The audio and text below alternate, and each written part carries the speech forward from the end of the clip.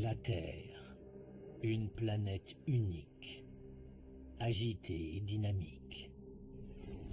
Les continents se déplacent et se heurtent. Les volcans entrent en éruption. Des glaciers se forment et disparaissent. Des forces titanesques, constamment en action, laissant derrière elles une multitude de mystères géologiques.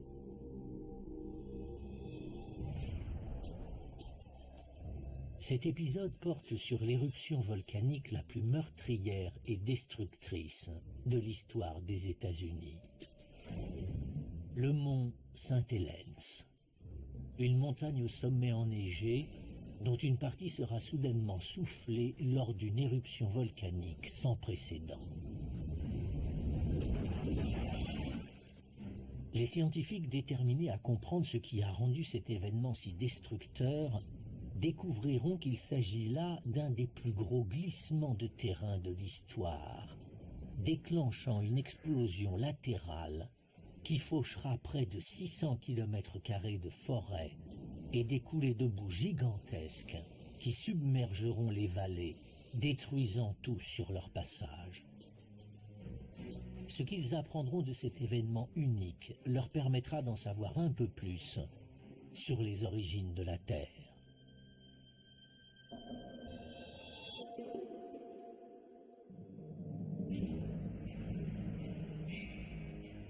Dans l'État de Washington, à 160 km au sud de Seattle, se dresse le mont Saint-Helens, l'un des 20 plus gros volcans formant la chaîne des Cascades sur la côte ouest des États-Unis.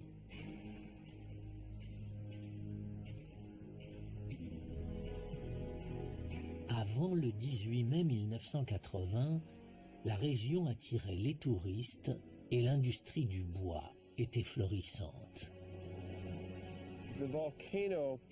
Ce volcan avait une jolie forme conique. On l'appelait le mont Fuji d'Amérique du Nord. Ses flancs étaient légèrement concaves. Mais sous cette beauté apparente se profile une menace. Un événement au potentiel destructeur se trame en secret.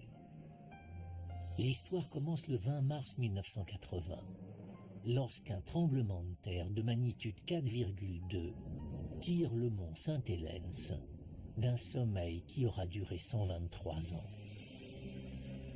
La dernière éruption connue fut observée en 1857 par des tribus locales. Le tremblement de terre de 1980 constitue un signal d'alarme car un séisme peut précéder une éruption volcanique. Il arrive en effet qu'un séisme se produise lorsque du magma s'élève vers la surface d'un volcan, déplaçant et fracturant la roche sur son passage. Tout a commencé avec des tremblements de terre peu profonds sous le volcan. En l'espace de quelques jours, il est devenu clair qu'ils étaient inhabituels. Les scientifiques de tout le pays ont appris la nouvelle et ont convergé vers le mont Saint-Helens pour essayer de comprendre ce qui se passait. Sur place, nous avons constaté une activité volcanique croissante. Les volcans sont dangereux car difficilement prévisibles. Et en 1980, la prévision des éruptions volcaniques n'en est qu'à ses balbutiements.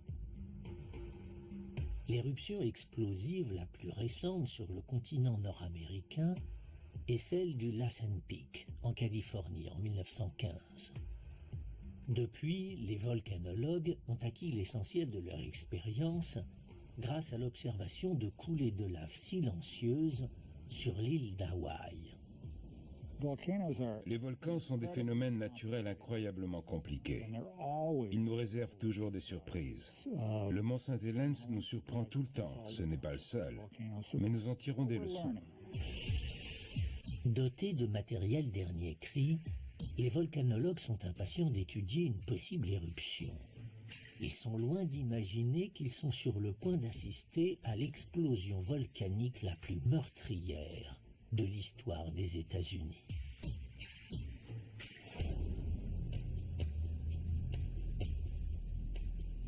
Coldwater Ridge, à 10 km au nord-est du volcan, ils installent un campement abritant leur matériel ultra sophistiqué et commencent à observer la montagne. De là, la vue est idéale. Nous étions aux premières loges pour observer l'évolution et le réveil d'un des volcans les plus importants de la chaîne des Cascades. Et nous avions la chance d'avoir parmi nous des gens motivés, travaillant 15 à 20 heures par jour.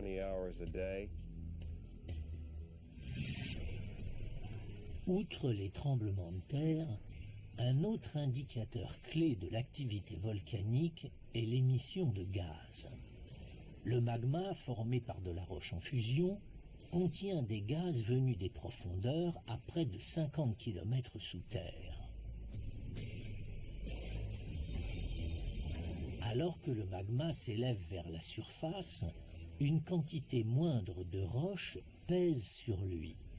La pression diminue alors, les gaz dissous dans le magma s'échappent en surface. Mais ces gaz ne sont pas seulement révélateurs de la montée du magma. Ils sont également responsables du caractère explosif de l'éruption. Plus la pression à l'intérieur du volcan s'accumule, plus l'éruption est explosive. Cette expérience va nous aider à comprendre l'importance des gaz sous pression dans le magma. Cette bouteille est remplie à 80% d'eau. Elle va nous permettre de simuler une éruption volcanique. Je vais la placer délicatement à cet endroit. Je l'incline légèrement. Je chausse mes lunettes de protection. Et je vais commencer à pomper. C'est parti. Un peu de gaz arrive au fond. Un peu plus. La pression atteint maintenant 4 kg par centimètre carré.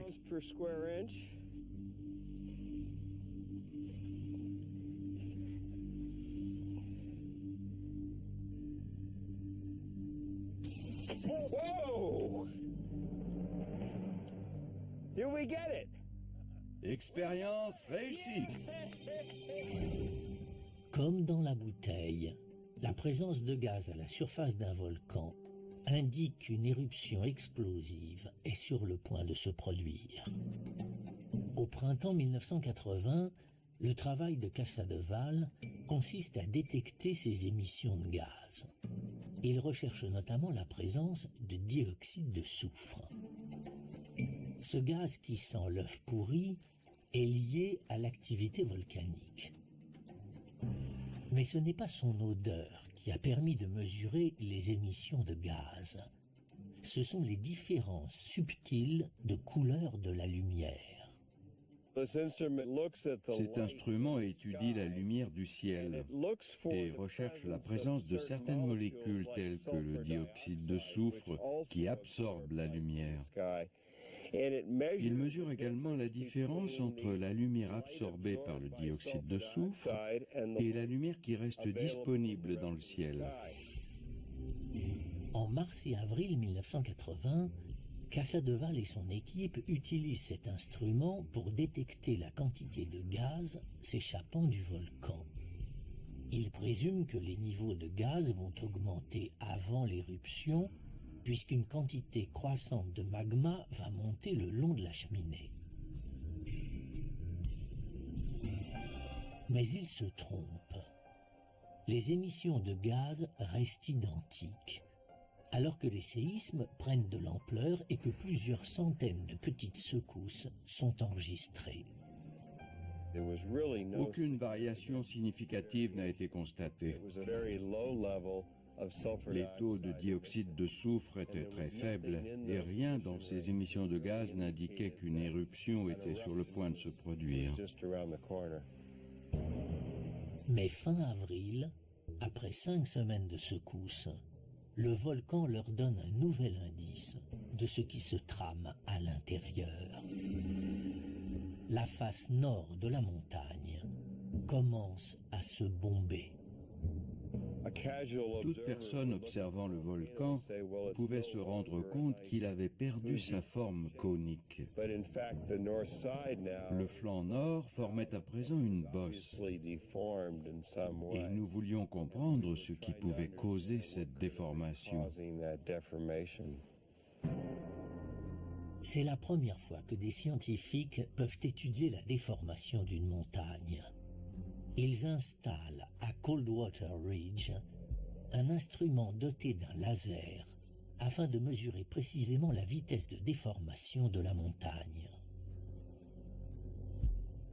Le but était de diriger le rayon laser de cet instrument sur un réflecteur situé sur le volcan pour recevoir en retour un signal et pouvoir ainsi mesurer la distance.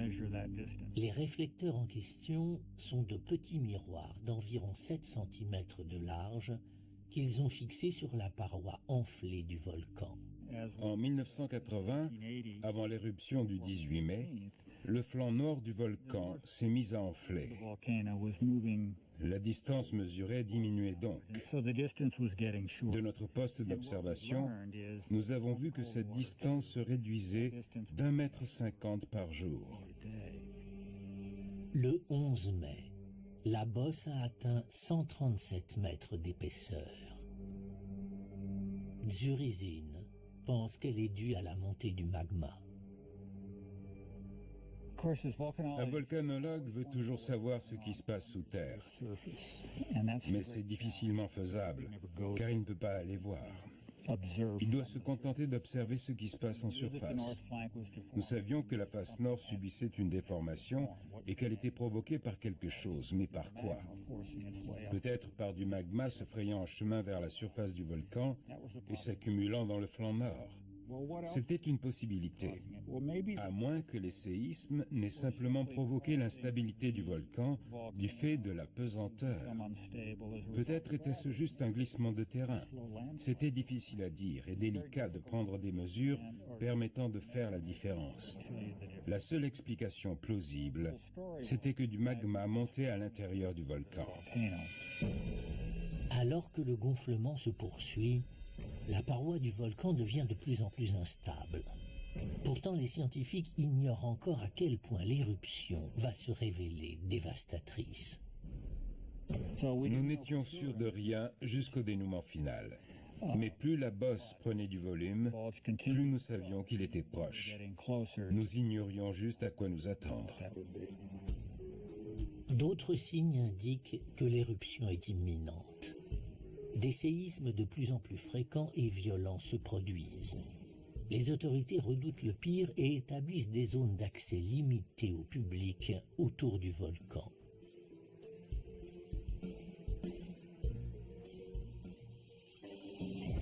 Au printemps 1980, plusieurs indices laissent supposer aux géologues que le mont Saint-Helens est sur le point d'entrer en éruption.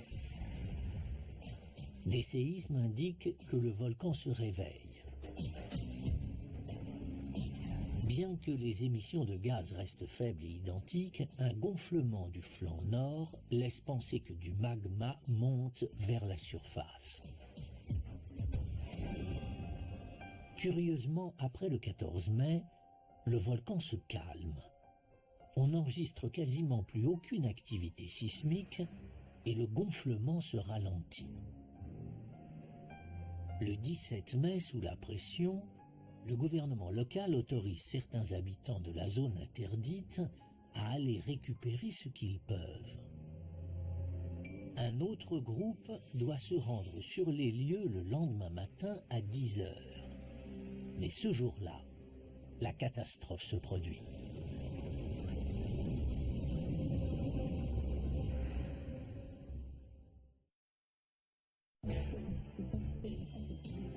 Le matin du 18 mai 1980, des scientifiques sont sur le point d'assister à une des éruptions volcaniques les plus destructrices de l'histoire contemporaine. Depuis plus de 2 mois, une équipe de volcanologues surveille le mont Saint-Helens. Nous ne nous y attendions vraiment pas. Malgré toutes les données accumulées, jusque-là, rien ne laissait présager que la catastrophe allait se produire ce jour-là. David Johnston, un jeune volcanologue de l'Institut d'études géologiques, est de service ce 18 mai. Il a passé la nuit à Coldwater Ridge pour prendre des mesures du gonflement de la face nord. Même ce matin-là, les mesures prises par David indiquaient que le gonflement se poursuivait à peu près la même vitesse. Ce même matin, Dan Miller est en chemin pour Coldwater Ridge, où il doit vérifier la caméra qu'ils utilisent pour filmer en accéléré le versant nord. Je roulais sur l'autoroute. Je venais de quitter Vancouver dans l'État de Washington et je me dirigeais vers le nord. À quelques kilomètres de là, on peut apercevoir à l'est le mont Saint-Helens. C'était une très belle journée. Et alors que je regardais de ce côté-là, j'ai vu ce nuage en forme de champignon s'élever au-dessus du volcan. J'ai compris que quelque chose de grave était en train de se produire. En sécurité, à 55 km de distance, Miller assiste au déroulement de l'éruption. Je me suis d'abord précipité sur la radio pour essayer de joindre David et lui demander ce qui se passait. Je n'ai pas réussi à le contacter et notre répéteur, qui se trouvait au sommet d'une montagne à quelques kilomètres au nord de notre poste d'observation, ne répondait pas non plus, ce qui signifiait qu'il avait été détruit. C'était très angoissant. À ce moment-là, j'ai compris qu'il était probablement arrivé quelque chose à Dave. Une fumée épaisse et sombre s'élève au-dessus du cratère, masquant le paysage. En quelques heures, le ciel s'assombrit, réduisant la visibilité sur près de 500 km au nord-est. Il faudra attendre 24 heures avant que le ciel soit suffisamment dégagé et que les scientifiques puissent aller inspecter les dégâts. Le paysage était quasiment méconnaissable pour nous qui y avions travaillé tous les jours pendant près de 2 mois avant cette éruption explosive du 18 mai. Je me suis soudainement rendu compte qu'il régnait un silence absolu. Il n'y avait plus d'insectes, plus d'animaux, plus de couleurs. La seule couleur que l'on pouvait voir à perte de vue, c'était le gris des cendres. Nous avons grimpé vers le sommet et trouvé la petite carrière où Dave avait garé le véhicule et la caravane ce matin du 18 mai. Il ne restait rien. C'était un lieu redoutable ce jour-là. Personne n'aurait pu s'en sortir. Ni Johnston, ni sa caravane ne seront retrouvés. Au total, 57 personnes ont été tuées, ainsi que des milliers de cerfs, d'élans, d'ours et d'autres animaux sauvages. Près de 600 km² de forêt ont été dévastés, et le sommet du volcan a laissé place à un cratère profond de 610 mètres. Le volcan avait perdu sa jolie forme conique. En fait, le sommet semblait avoir disparu. Du moins, on ne le voyait plus. Les mois suivants, les scientifiques sont confrontés à la lourde tâche de découvrir ce qui s'est réellement passé ce jour-là. Ils enquêtent sur le terrain à la recherche d'indices et reconstituent méthodiquement le déroulement des événements ayant conduit à la catastrophe. Un séisme de magnitude 5,2 ayant agité le mont Saint-Helens à 8h32 ce matin-là constitue le premier élément important. Le deuxième indice vient de photos prises par des touristes survolant la montagne à peu près au même moment. De l'avion, ils ont réussi à prendre des photos du sommet en proie à des secousses. Puis le flanc de la montagne s'est mis à bouger. Cette série de photos permet d'observer l'effondrement de la bosse sur le flanc nord. Le séisme de magnitude 5,1 a provoqué la rupture du flanc nord, déjà fragilisé par la déformation qu'il subissait, sous la forme d'un gigantesque glissement de terrain. Le volcan ne pouvait en supporter davantage. Le flanc nord, devenu instable, s'est détaché. En quelques secondes, une paroi de 400 mètres se décroche, détruisant tout sur son passage. Cette autrefois paisible vallée montagneuse traversée par la rivière Toutle est à présent recouverte d'une couche de débris épaisse de 180 mètres, formant une surface accidentée, appelée hummocks.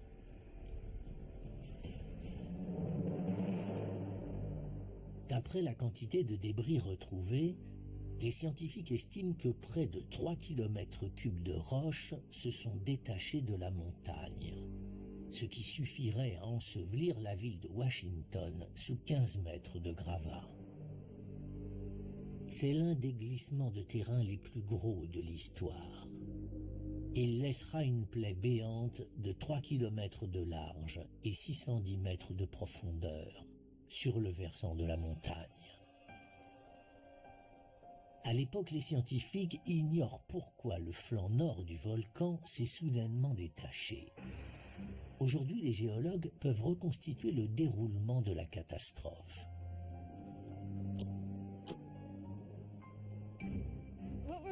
Je suis en train d'étudier un hummock sur cette gigantesque avalanche de débris. Il s'agit en fait d'un affleurement rocheux. La couleur de ces roches révèle qu'elles ont subi une altération. Cette couleur constitue un indice important permettant d'expliquer l'ampleur du glissement de terrain. La roche volcanique, habituellement de couleur noire, est jaune.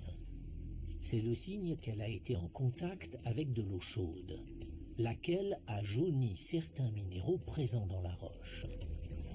Les géologues ont retrouvé cette même roche de couleur jaune dans la paroi du cratère. Ceci laissant supposer que la décoloration avait eu lieu sur la montagne avant l'éruption.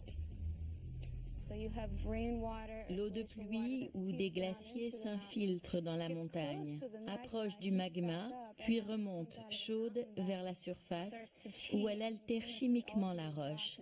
C'est ce qui lui donne ses différentes couleurs. Mais l'eau chaude n'a pas juste modifié la couleur de la roche, elle l'a surtout fragilisée. Vous pouvez voir à quel point cette roche est friable. Je n'ai qu'à gratter un peu pour qu'elle se détache. En s'infiltrant, l'eau a altéré l'argile ou d'autres matières tendres la composant. N'importe quelle autre roche serait bien plus résistante. On retrouve cette roche friable de couleur jaune sur une trentaine de kilomètres à travers la vallée, ce qui signifierait qu'une grosse partie de la montagne était déjà fragilisée avant l'éruption.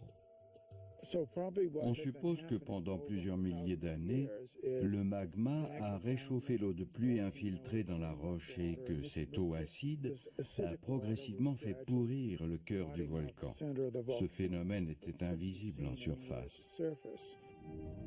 Lorsque la bosse sur le flanc nord s'est finalement détachée, elle a entraîné dans sa chute une grosse partie du volcan déjà fragilisé, laissant derrière elle un cratère en forme de fer à cheval qui fait aujourd'hui la renommée du mont Saint-Helens. Ce volcan est semblable à un monticule de sable. Sa structure interne était fragile, si bien que lorsque la défaillance s'est produite, toute une partie de la montagne s'est détachée. Mais ce n'est que le début de la catastrophe. Quelques minutes après le glissement de terrain, le mont Saint-Helens concentre sa fureur sous la forme d'une autre force destructrice. Le ciel est devenu noir, personne n'y voyait rien. Mais d'après les quelques témoins ayant survécu à la catastrophe, le sol s'est mis à trembler violemment et ils ont eu l'impression que tous les arbres tombaient en même temps. Le glissement de terrain s'est étendu à l'est et à l'ouest. Mais cette force déferle, elle, vers le nord. En l'espace de 3 ou 4 minutes, Coldwater Ridge est entièrement dévasté et les arbres déracinés sur une surface de 600 km² en forme d'éventail. Nous nous trouvons à 12 km du volcan. Derrière moi, vous pouvez apercevoir cette crête. Elle s'élève à plus de 900 mètres d'altitude. Ce qu'on voit sur le sol, ce sont les troncs d'arbres des forêts qui recouvraient autrefois la zone et qui ont été couchés par le souffle de l'explosion. Il est passé par-dessus comme si rien n'entravait sa route. La vitesse de ce souffle devait donc approcher les 500 km/h. Il a ensuite continué son chemin sur une quinzaine de kilomètres avant de s'arrêter. Les géologues n'avaient pas prévu ça. C'est la première fois qu'ils sont témoins d'une éruption latérale. La plupart d'entre nous avions appris à l'école qu'une éruption volcanique se produit vers le haut. La lave jaillit vers le ciel de manière verticale. Et je crois que nous nous attendions tous à assister à ce type d'éruption au mont Saint-Helens, car c'est ainsi que se produisent les éruptions. Les scientifiques se demandent ce qui a pu causer cette éruption latérale dévastatrice. Ils commencent à chercher des indices sur le terrain. À 8 km au nord-est du cratère, Waite examine une nouvelle fois les débris de l'époque. Outre du bois déchiqueté et brûlé, il découvre de la roche. Pour un œil inexercé, elle semble identique aux autres, mais pas pour un expert. Cette roche est jeune, elle est relativement légère et pleine de petites cavités, des petites bulles figées pendant le refroidissement. C'est cette roche, alors sous la forme d'un liquide brûlant presque visqueux, qui s'est accumulé au cœur du volcan et qui a causé la déformation du flanc nord avant l'éruption du 18 mai.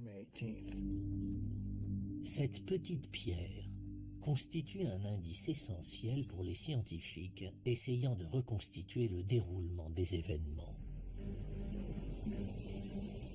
Le glissement de terrain laissant une plaie béante sur le flanc nord de la montagne, le magma est alors mis à nu. Privé de son bouchon de terre protecteur, il s'est soudainement accumulé, jaillissant vers l'extérieur et expulsant avec lui la roche.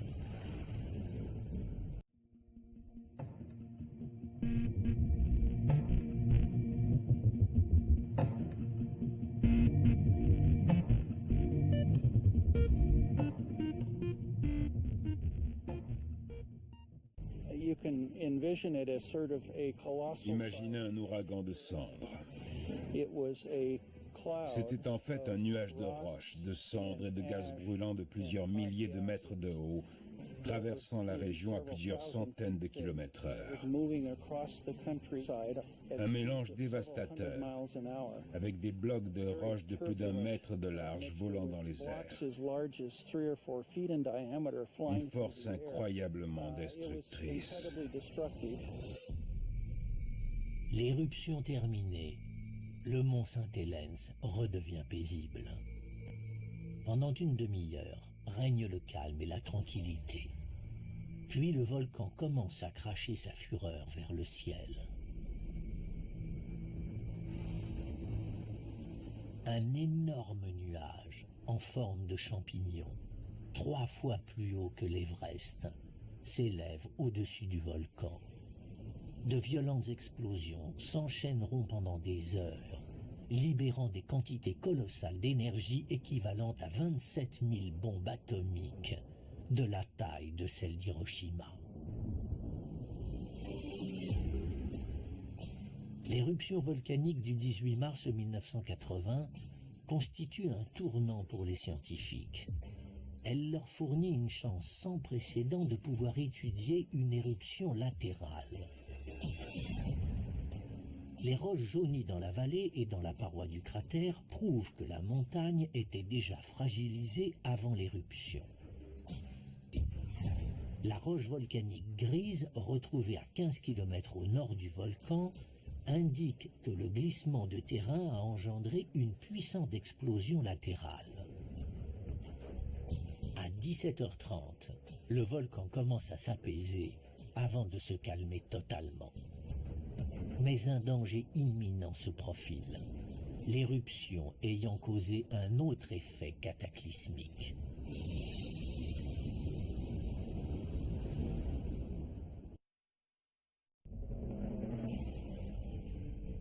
Le 18 mai 1980, le mont Saint-Helens explose, un type d'éruption jamais observé jusque-là.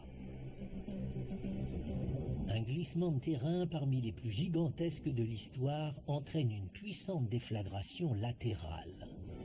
De violentes explosions s'ensuivent, formant un immense nuage en forme de champignon.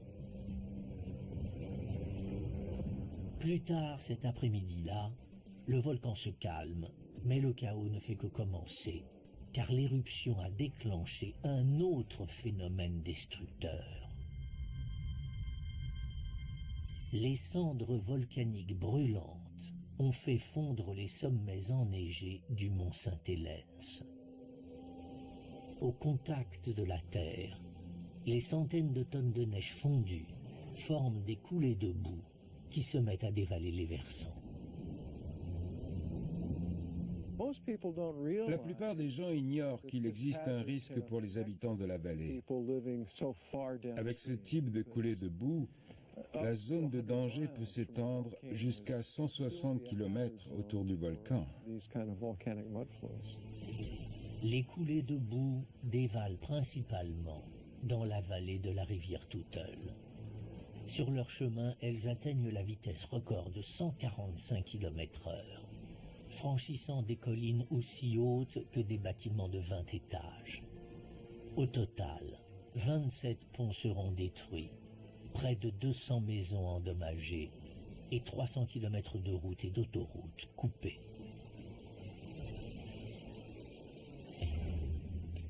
Aujourd'hui, on peut encore observer les débris sur les bords de la rivière Toutle.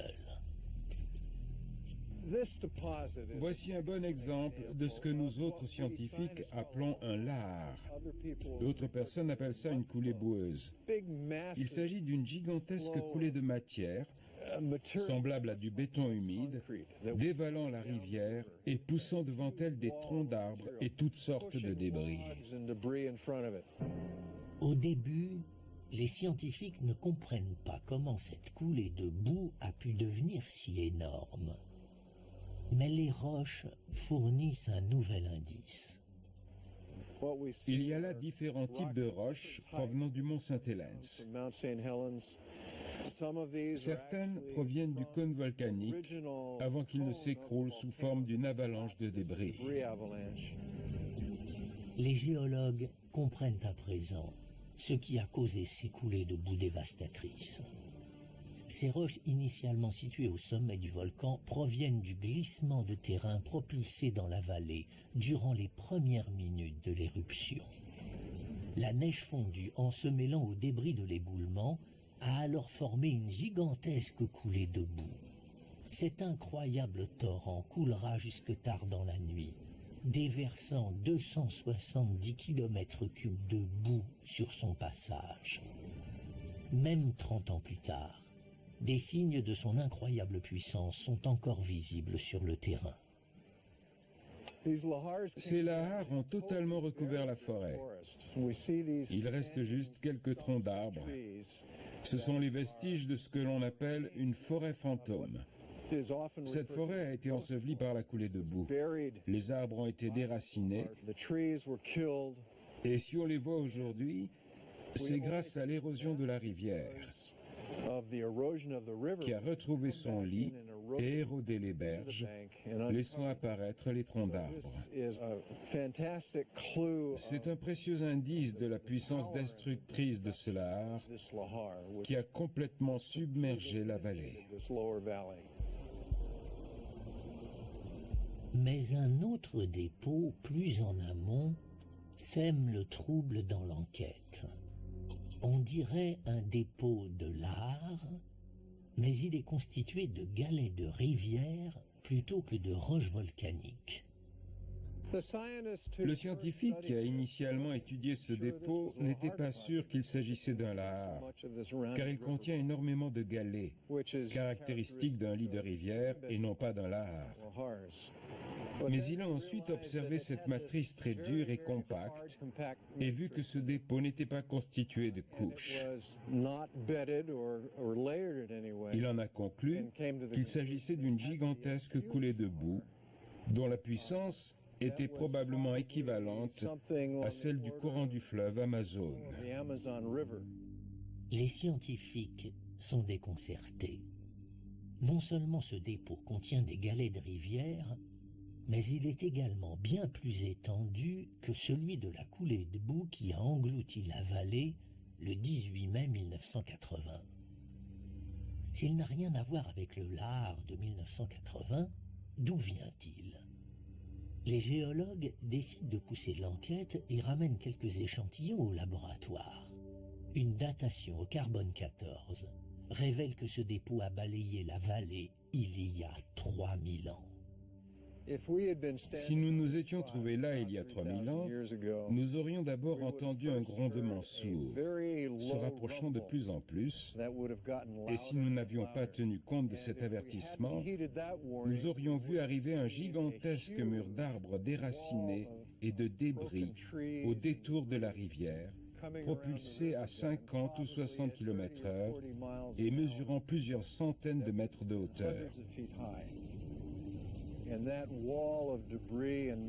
Et ce mur de débris, de boue et de roches aurait dévalé jusque-là, tel un énorme train de marchandises, emportant tout sur son passage.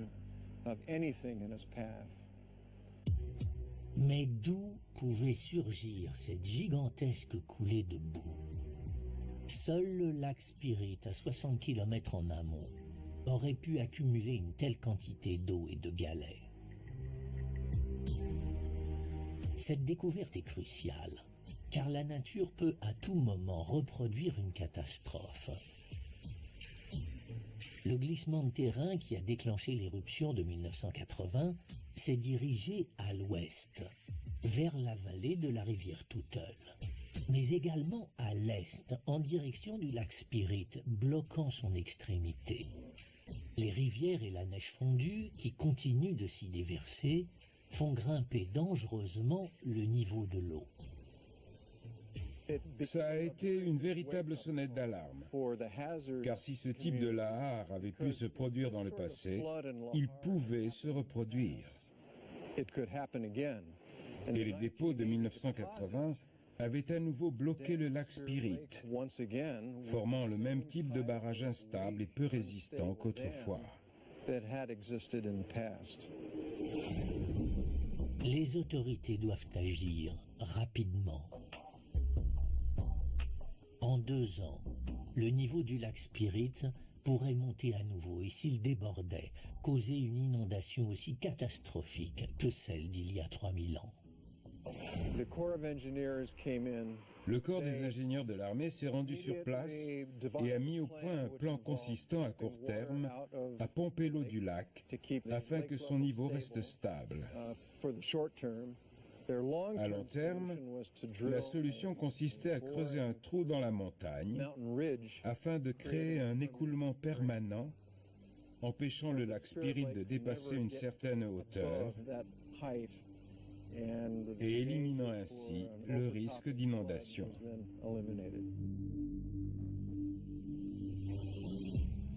Les scientifiques comprennent à présent ce qui s'est passé le 18 mai. La roche volcanique retrouvée dans les dépôts de boue le long des berges de la vallée de la rivière Toutle prouve que des coulées de boue gigantesques ont dévalé le mont Saint-Hélens. Des galets de rivière dans un dépôt de boue vieux de 3000 ans alertent les scientifiques que le lac Spirit peut déborder et engendrer un lahar encore plus important.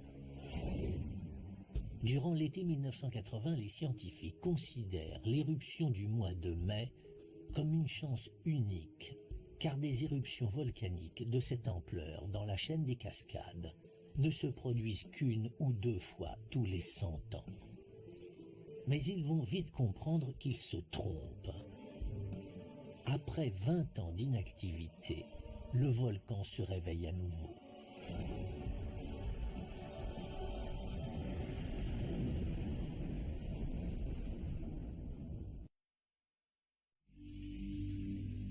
L'explosion du mont Saint-Hélens en mai 1980 laisse une plaie béante sur le versant nord du volcan. Mais durant l'été qui suit l'éruption, le volcan se reconstruit. Un magma épais monte lentement vers la surface, formant un dôme à l'intérieur du cratère. Si ce processus avait continué à une vitesse constante, il aurait fallu environ 200 ans pour que la montagne retrouve son altitude d'avant 1980. Mais en 1986, la montée de magma s'arrête et le volcan se calme. La vie reprend son cours, s'adaptant à ce nouvel environnement. Des plantes et des arbres se développent sur cette terre volcanique fertile. Des élans et d'autres animaux reviennent peupler la montagne. Mais le 23 septembre 2004, un grondement menaçant reprend et met les volcanologues en état d'alerte. La chaîne des Cascades sur la côte ouest des États-Unis produit en moyenne 2 éruptions par siècle, ce qui représente une éruption par carrière. Celle du mont Saint-Hélens en 1980 était donc la nôtre. Nous pensions tous que ce serait la seule, mais nous avons eu une seconde chance. Le mont Saint-Hélens mijote à nouveau quelque chose. De petits séismes commencent à devenir plus intenses et plus fréquents. Des mesures GPS indiquent que la zone autour de la montagne est en train de s'affaisser. Une station GPS enregistrée en continu près du volcan. Son nom de code était JRO1. Elle n'avait pas bougé de manière inhabituelle jusqu'à la reprise des secousses.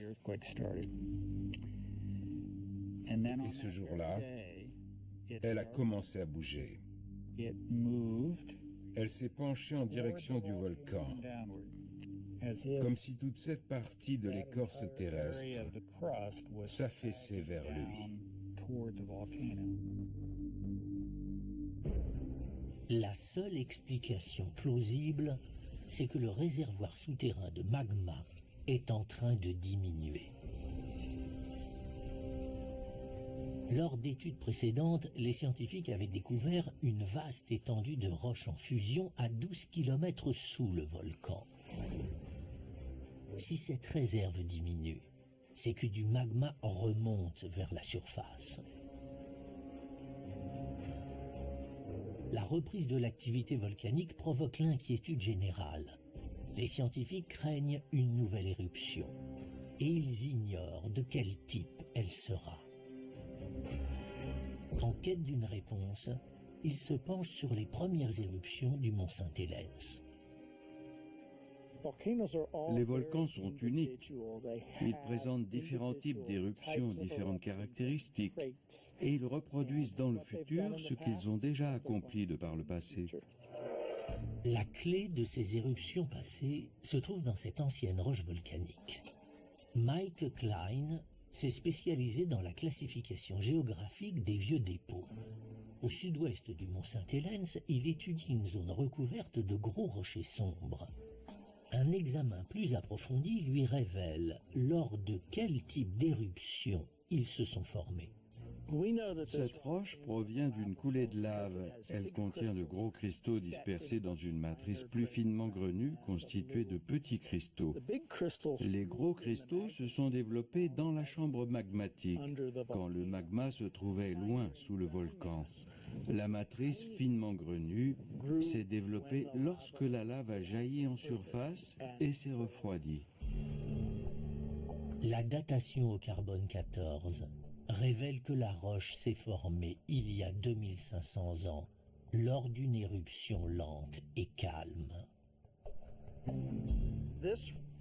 La lave jaillit du volcan, liquide, puis dévale le flanc de la montagne sous l'effet de la pesanteur. Elle refroidit à mesure qu'elle s'éloigne du sommet, puis devient si visqueuse qu'elle ne peut plus dévaler la pente. C'est là que la coulée s'immobilise. Et ce que vous voyez là, c'est l'aboutissement de cette coulée de lave. Ces coulées ne sont pas dangereuses, on peut les regarder s'approcher. De tels dépôts ont permis aux scientifiques de découvrir que le mont Saint-Helens avait produit plusieurs écoulements de lave silencieux au cours des 300 000 dernières années. Ils ont lentement donné forme à la montagne, transformant un petit amas rocheux en un gigantesque volcan de forme conique. Mais au nord-est de la montagne, Klein découvre un dépôt différent qui dévoile un chapitre bien plus dévastateur de l'histoire du mont Saint-Helens.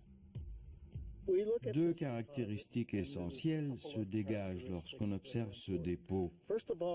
Premièrement, il est très friable et composé de fragments rocheux, tous à peu près de la même taille. Deuxièmement, ces fragments rocheux se touchent les uns les autres. Il n'y a pas de matière entre eux. Ça signifie qu'ils sont tombés du ciel. Une importante éruption explosive a propulsé ces matières très haut dans le ciel et lorsque les vents se sont calmés, elles sont retombées et se sont empilées ici. Il s'agit de fragments de pierre ponce qui se sont formés lors d'une violente éruption similaire à celle ayant engendré l'immense nuage de cendres en forme de champignon de mai 1980. Mais la datation révèle que ce dépôt est bien plus ancien. Il date d'il y a 3500 ans. Et d'après les indices recueillis par les scientifiques, cette éruption-là fut bien plus destructrice, expulsant 4 fois plus de roches et de cendres. C'est la plus grosse éruption de l'histoire du mont Saint-Helens. Environ 4 km3 de matière ont été projetés dans les airs à l'époque. Nous le savons car nous avons mesuré l'épaisseur de ce dépôt et la distance qu'il a parcourue. En additionnant les deux, on obtient le volume de l'éruption. Des dépôts tels que celui-ci ont été retrouvés jusque dans le centre du Canada. L'étude du passé du mont Saint-Helens a permis de révéler la nature imprévisible de ces éruptions. Le mont Saint-Helens a pu produire aussi bien des coulées de lave relativement inoffensives que de violentes éruptions. Lorsqu'un volcan tel que celui-ci se réveille, il est très difficile de prévoir ce qui va se passer. Nous autres scientifiques discutons de tout cela pour faire des prévisions, mais personne n'est vraiment en mesure de savoir. Les scientifiques qui étudient le mont Saint-Helens ont trouvé divers indices montrant qu'il avait connu différents types d'éruptions de par le passé. De gros rochers sombres prouvent qu'il peut produire des coulées de lave lentes et calmes. Un dépôt épais de pierre ponce blanche indique qu'une éruption ancienne, 4 fois plus destructrice que celle de 1980, s'est produite. Heureusement, les événements qui débutent en 2004 connaîtront un heureux dénouement. Le magma arrivera bel et bien en surface, mais il aura perdu sa puissance explosive. Il se répandra à l'extérieur, telle une pâte de dentifrice formant un dôme.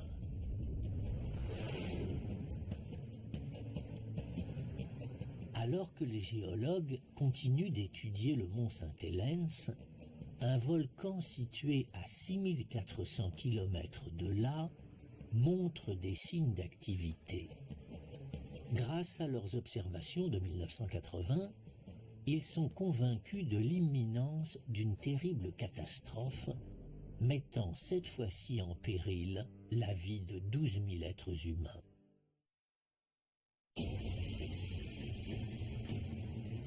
L'éruption du mont Saint-Helens en mai 1980 prend les scientifiques par surprise.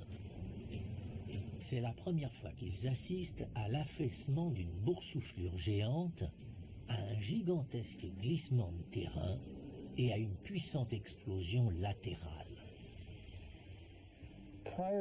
Avant 1980, nous n'avions pas les connaissances nécessaires pour prévoir ce type d'éruption. Nous avons commencé à apprendre dans les années 1980 avec le mont Saint-Helens. Puis nous avons continué grâce à d'autres volcans à travers le monde et nous avons connu quelques réussites. Prévoir une éruption volcanique est une tâche difficile, car il n'existe pas de schéma type.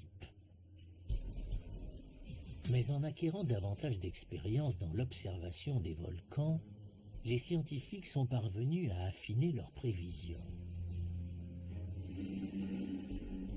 En 1995, la soufrière, sur l'île de Montserrat aux Antilles, montre des signes d'activité.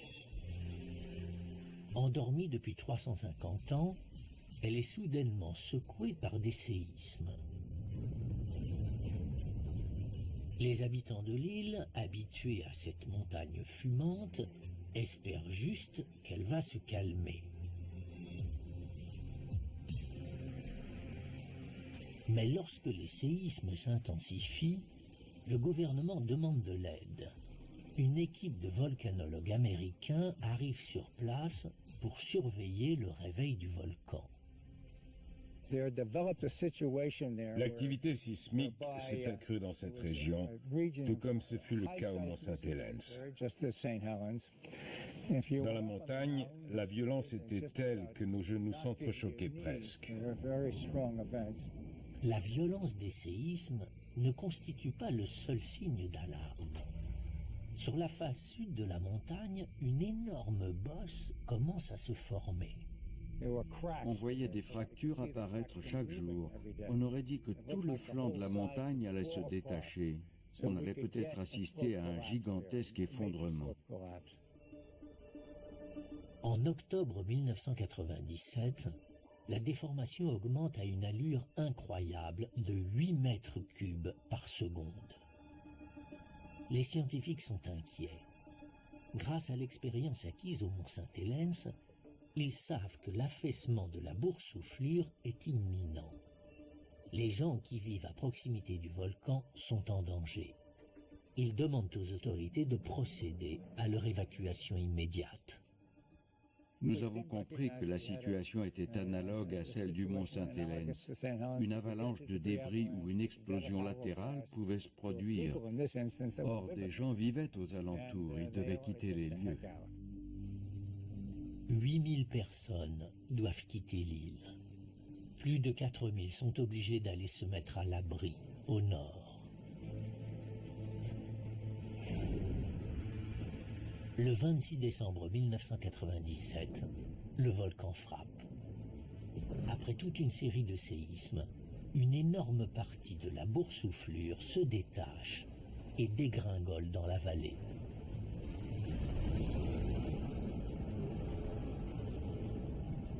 Comme au mont Saint-Helens, le détachement soudain de cette capsule rocheuse libère le magma sous pression. Une explosion latérale se produit côté sud, engendrant une gigantesque colonne de cendres haute de 10 km. En l'espace de 15 minutes, l'éruption détruit 10 km² de l'île et ensevelit Plymouth, la capitale, sous 11 mètres de boue. La ville n'a pas été sévèrement endommagée, elle a été rayée de la carte, comme si un bulldozer l'avait emportée avant de la déverser dans la mer. La force du souffle latéral a été colossale. Ce qui s'est produit sur l'île de Montserrat montre que les leçons du passé peuvent empêcher la survenue d'une nouvelle catastrophe. Tout ce qui s'est passé au mont Saint-Helens s'est quasiment reproduit à Montserrat.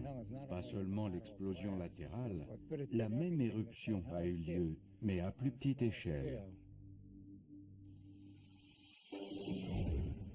L'étude de l'éruption du mont Saint-Helens le 18 mai 1980 permet aux scientifiques de retracer le déroulement d'événements jamais observés jusque-là. Un gonflement de plus en plus important sur le flanc nord de la montagne leur indique que du magma s'accumule dans le volcan. De la roche volcanique grise provenant de cette boursouflure et retrouvée à 8 km de distance témoigne d'une explosion latérale puissante. Un dépôt de boue vieux de 3000 ans leur révèle que les vallées environnantes ont été submergées à plusieurs reprises par de gigantesques coulées de boue.